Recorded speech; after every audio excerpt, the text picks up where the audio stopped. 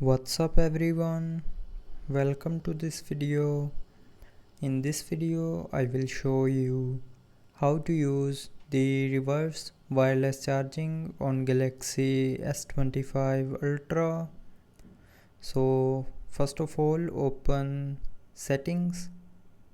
Now in settings, scroll down and here tap on battery.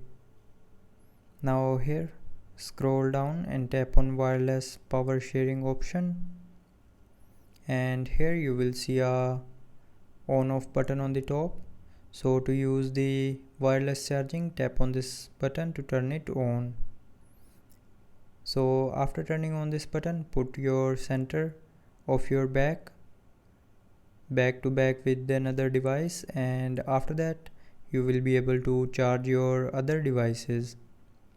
But if your battery is not 30%, then you will not be able to turn on this button. So first of all, charge your battery to 30% or more than 30%, and after that you can use this feature. So that's how you can use reverse wireless charging on Galaxy S25 Ultra.